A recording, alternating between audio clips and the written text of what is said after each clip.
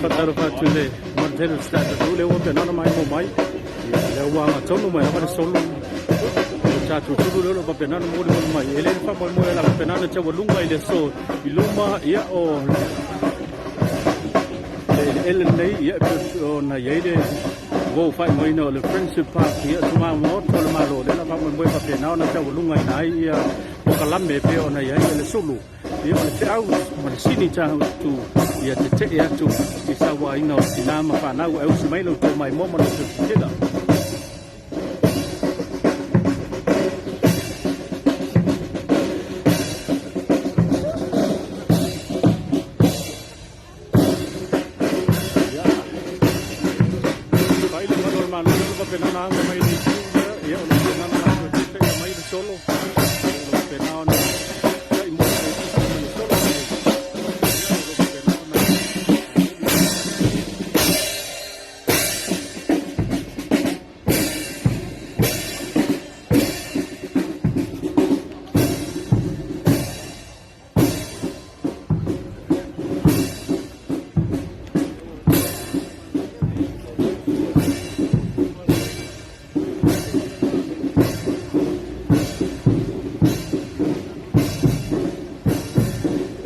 Filemu tele atu sa ka benana fa solo dei le fa mo dei lo tama mo po po tia e mo le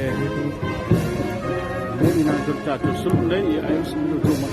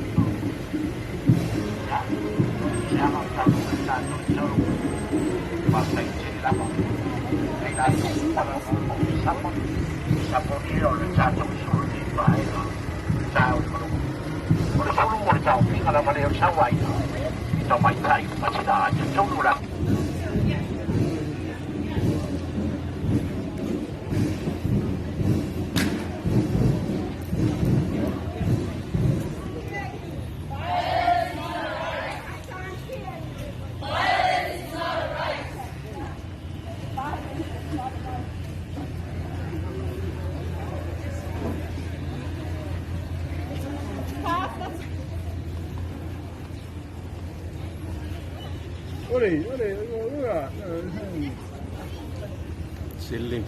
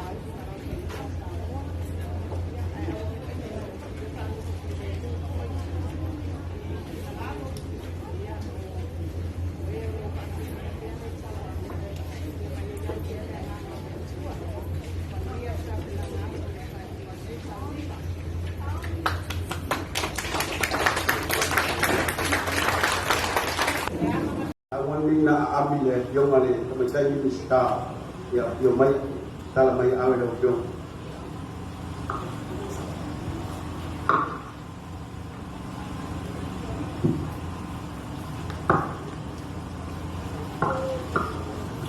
Patsai ke Komaleaso. Piomale Saulanga, Patsai Kai Tapa. Suma Papenanga, Malato Paltua. A Pio Minister Cabineta, if I pull a family. Members of diplomatic corps, Palulum Suyum Salabenga Palatong and Malo, is missing Palatong to most.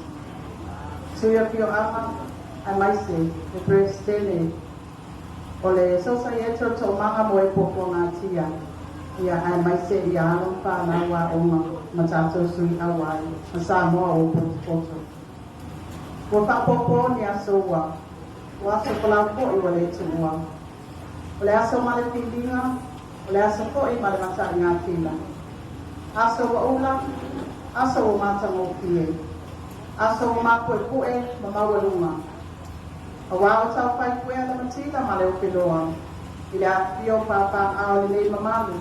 Wa poto mutanya na dua nei. Pio na tula na palupe. E mo moai na papo i poi na au tuvanu. Na tapo i le tapo tupo. Awal mata we le nei pala putonga.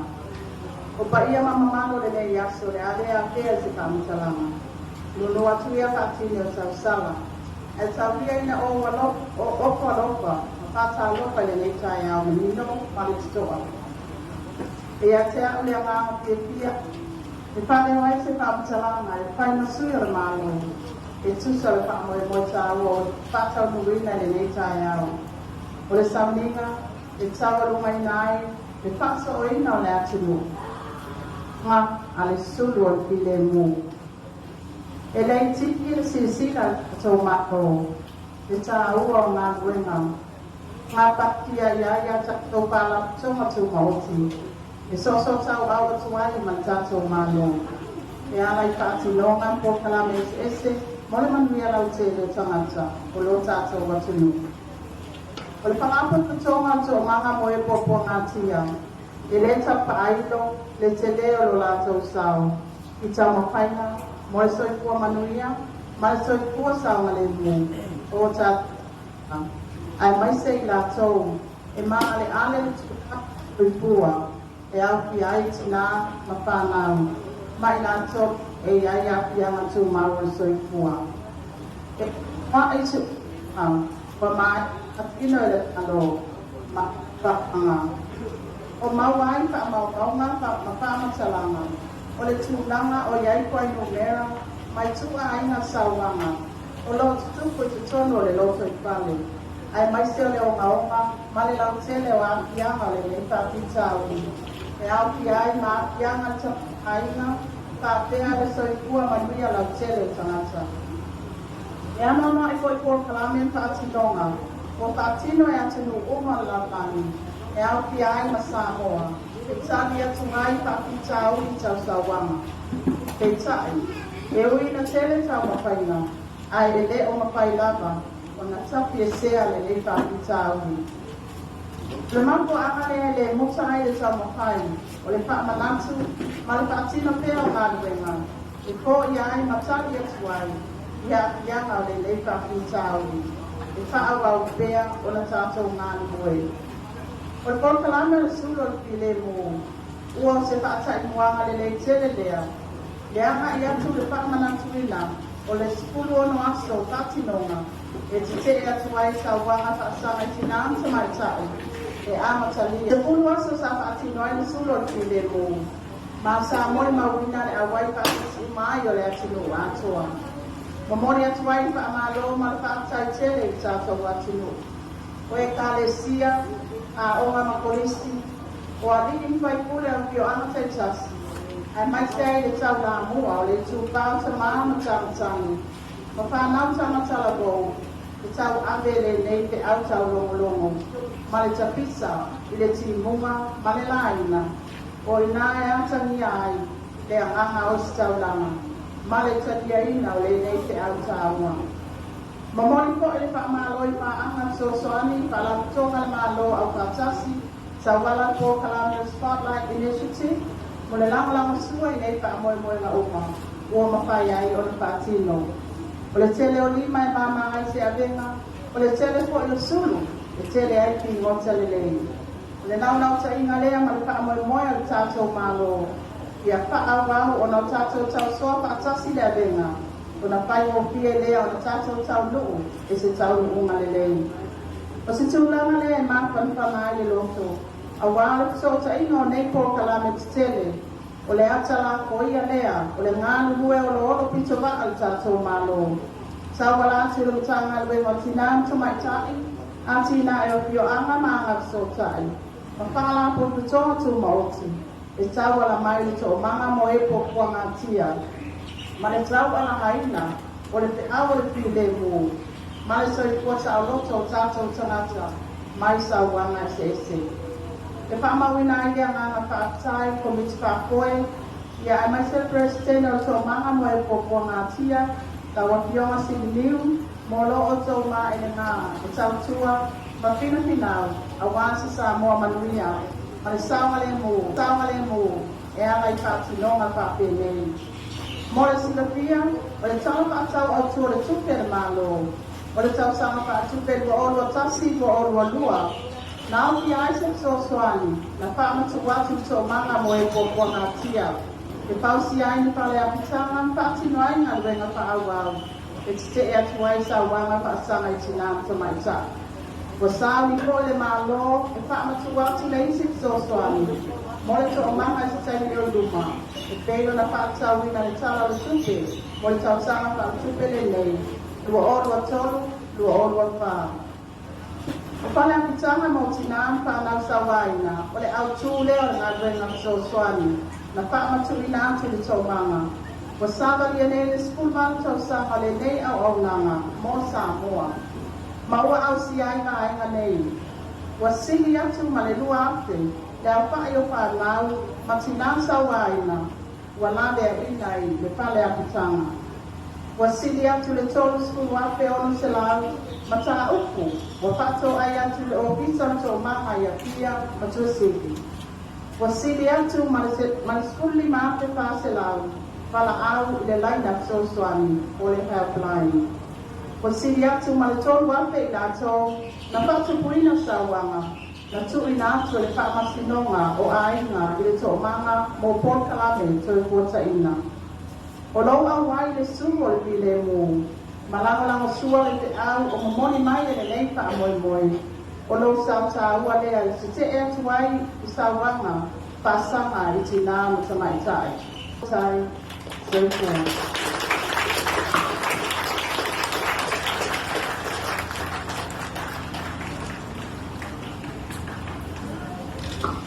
Papai SAUAGA, tau piongan kita ini. Ya, kalau pakai siapa gua out, hari itu cepat keluar itu. Ayuan, kami kita yang tadi ni, ya, waktu ni, bangun, awal, ia dah nanti kaya, awal tu, ya, oleh piongan, cuma masih, ya oleh piongan ya, jadi. Oleh faai'u leo kumanga Samoa ya kuyo.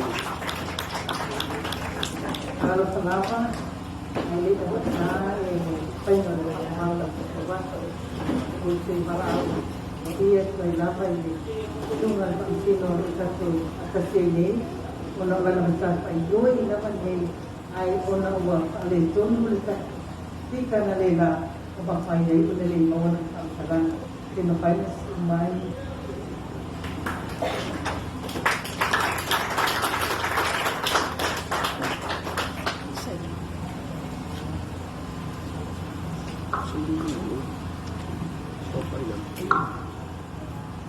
FAAITIITIA Sauniga. Afio la wasiona Taamilosaga Acknowledgments o Taamilosaga. Afio la wasiona ile faai'itiitia o le SOO. Afio la wasiona ile Sulu palitalolonga ile pisa apitio autofioma ya ki matamacha Paia masale lelge na wow kia pupu mama malo le atunu kayo ekales patalofa alo ia tu le nexa yao ile paia mama malu kono oro tato watunu veio no tala mlanganga no palo le alua fatino tsala que time ya como leo de asu ile por kalame al time day o te pala awatu marfalo alo que suma e fa fermenga jamang mal marwen ia la tanto after the next day que time ya Pau maleo sama tu leo malanga chumul parol biar tahu Tata pa foi au ona le tuai so se pata lama le pa ia ma mai minsta ka peleta minsta no lamo sima malo pandene a fiongo ka senga ka masino suyo malo mai pafo tata pa anga mo le tina Samoa kulong ta kalwengan malo pa ulunga kampaniti maoti fa pe foi au to toa sa ta ave ina le tau tana vai Sulu Filemu fa na wa onga mama malu basenga faya onga te mama na silasi wa pia ave lo le pata wa alta masio presidente ma komiti patono sa mo vetum sapoto fa ta lo fa wa ia tu lo to mama ini tawa lungalene o se la asana mataini o le una ia le o le Sulu Filemu ina ia fa muta uma so se tu ainga SAUAGA o se mananga bunga ese na sabavia mai lava ile ulwa ya se ia pa ia le SOO pa se pa ia le SOO o se mananga to a Filemu ta to tangata mo ta to tangata o se la sanga o pa mo ya ma e luma nai o se sama le mu ma no ko le o se mana mama e se Sulu watu komisa e ma fu ona SAUAGA e se Sulu watu tono a ina manu ua afia e ka le sia afio anga a onga komiti tina ma lo so nu ma wa luma o tina no tani de atala bo ma fana ut e se fulu waso o ato le Sulu Filemu ile siti atu ile lua se lawa na fanga le atu atoa lata ile lua se lawa i ka le sia simi atu ile se lawa onga mai lava ya onga pataitai se ia o atu ya onga bawalunga pe ama le lima siku wa fecha ngatai polu panona tai masabai o va enga ia sa mai tawina i e kale sia manu una vea maare Sulu na taula mua tama whaina ia liki matama tai matwhana witi atoa ai mai lato ua le aka tona lo fio tino man mawhawhau ua tuu mai lato laulanga a whanga solo le mamama wha solo ale Sulu Filemu i winga fia masasa anga tato tina matamama tutua i lunga lato mauta malawa ma mai le fa ma lo au ave Sulu tu salava i le la o le na por malinho timunga i tamatia onga o ta petuli a ta fane o Sulu e ata nu watu lato wa onga ia i lato uma pai ona fai loa atu mani ko tia SAUAGA e fai masui o e wa ia i e o wala au mai le helpline ona ua fa monsi au e Sulu mani ko tia SAUAGA a toa mami o nga leta la te ngai ua whaatino a ngai tina whanau whai ngā ina whaamarosi a toa ma SAUAGA i tono a ina e o langa i nā te owa le a toa marosi ua wala au mai le helpline a o whaanga soa ki le Sulu i ala toa fio anga mataka se tosoani o le mea la lea o le whaatawa ina o campaign o le Sulu Filemu o fosia ai tātou una i le wha moi mo lunga mo se whainga mananga Filemu Mansama lemu, haba ya tulipa imoto sanga malumanai. Honorable guests, on behalf of the President and the staff, Sui faai'u, papia e foi, le na malu malipaia wa ke mai. O le aso le nei, o pape nao le tātou moni na hui. Pape nā ko e on pape loa i atu le whana. O le nei mala malama, e te tau ana tātou pape, that is the guiding light for us. The torch and the light is a symbol of Jesus Christ. The love that he poured out, he died for the whole world. He poured out his blood.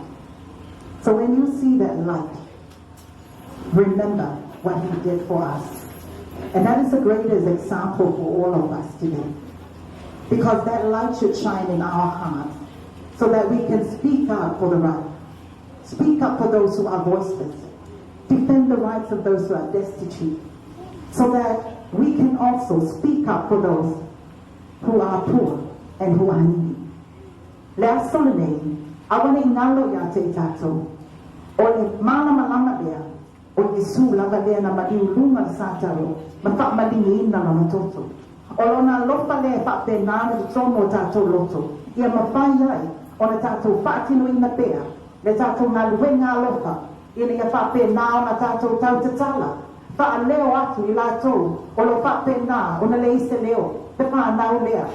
Ia pape na na tato wha leo ina, ia leo tina, e le aiso lato leo de tono aina. Le aso le nei e pape nao na vea lea lofa Yesu, e pape nao na, ai ai ma tato tulai, ma pa leo atu mana ona. O le aso le nei e tato lo ma tali le tua, i lo i mata maligno tina, lo i mata maligno panau, o lo tani mayala, i nei e pape nao na pati atu, se te aua le Filemu, le te aule nao e tato vaaya, pasama lia Samoa atoa, a pati atu le moli, awane ngalo ya te tato, o le moli le na, e te Taamilosaga, awane ngata, lama tato pa o maina le aso le nei, a oe mao, o tui vaaya leo Yesu, i te tono aina, tu tono e kalesia, tu tono le nu, i tu tono e Samoa. So what is the message for us today? Keep that light shining.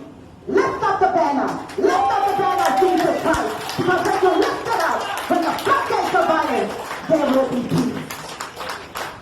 Moni la pasta. And it's my time here standing. Malito man. I thank you for standing up. This has been your mandate. Despite all the opposition, beside all the criticism, you have stood tall wide because the light of Jesus Christ has been your light. And that is the message today. Let Jesus Christ continue to be that light because he will take the burden so that the yoke is easy and the burden is light. And so as we celebrate Christmas, always remember that you and I are the representative of that light of Jesus Christ. God bless.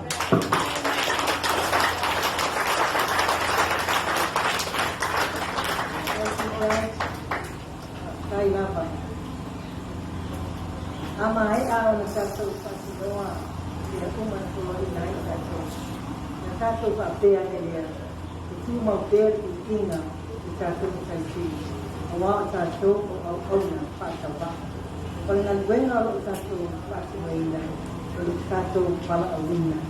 O lea tatou whapea tuara, whātai lava lea lea. E a lea ai ko whātawa, mai mapunga kabulboli anga lo piso malo o patas sama nei i NDP komiti pa foi para au ainga to manga o la to tato pa te le ya to mai la to pa lo tato ia mai pa kai te lam pa kai tato malo Samoa o te yeina tato te au o boli tas mai lo watinu Ikaw wala sila usyong at may kay lista Ikaw naging na mas may kay at sinayaw siyo ang mga siyotay lausyong ang mulikola at narosta mulio Pagkay kay tayo ekalesiya muliloko sa talo Pagsamalia patas o pangasulong ang Sulu Filemu Papetai tai o tio anga, na samalia patasu e ala, o la tau au ainga tasi. Papetai tina matamaitani, le tō o tau loto, a tau ame au Filemu, malo o tau loto mawalamo. E papitos papetai o whanau Samoa, o la tō no fo mai, sai mua tapareina, Malpolina te au na whamumoe, Filemu, malamama lama. Te whanau o tau siega te tanga whamumoenga, o le leinga luenga o tatou whaia mo o tau. A wana o tau o awate au, mo a manoa tutusa, mo tanaka o mai Samoa, mo nei matai au. Pafutai Samoa, pafutai lava Samoa, i loo tau minas tau tua au tau manga, mo e popo ngatia, mo oe i le valu tau sanga. O le sulu o Filemu, watangi ai lo tātou tutu whakasi e te e atu i SAUAGA. Mo tātou whakea tuai, ua na vaia, ia a bere mana nama o le alii, e se sulu pēr i teimi o tau o leonanga o na SAUAGA. Ua na o la, o lo na tātou whamoemoenga, ma lo tātou matwhaka. Soi fua, e mahirio. When we have done all the things that are commanded of us, the glory remains to the God Almighty. As we humble ourselves as unworthy servants, we were simply doing what we have been called to do. And for that, I say thank you, Lord. Thank you for the beautiful place you've given us. On behalf of the Development Partner Agency, the UNDP, we ask this report and the extended family of the Samoa Victim Support Program, Papetai in Lama. The government of Samoa for accepting the collective message of the nation presented to you, Honorable Minister of the Ministry of Women, Community and Social Development, Pulipula, and Arosa Pulu. To the leaders of the churches, we have been with us in prayer throughout the torch of peace journey. To the village leaders who have walked the road with us as family, proud of our cultural heritage and Christian belief. To the women and girls who have boldly carried the peace message this evening. Lastly, to the children who have been at the foremost of spreading the message of hope, peace and light. The children survivors of violence at the campus of hope. All of this work is for you. For you are the champions of gender equality work in Samoa, now and into the future.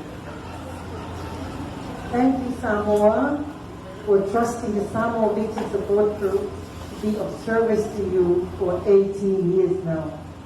The torch of peace highlighted the strength of a community in unity. Together we are stronger.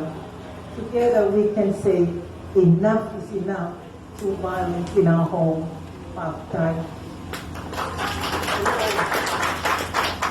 Ai olo tato pakasiai matama mai tuamua olo pakasi din tato olo le tamo le moli atu tato te au mawalo mo tuto tasi nei ta tuamo papea mai ele to iai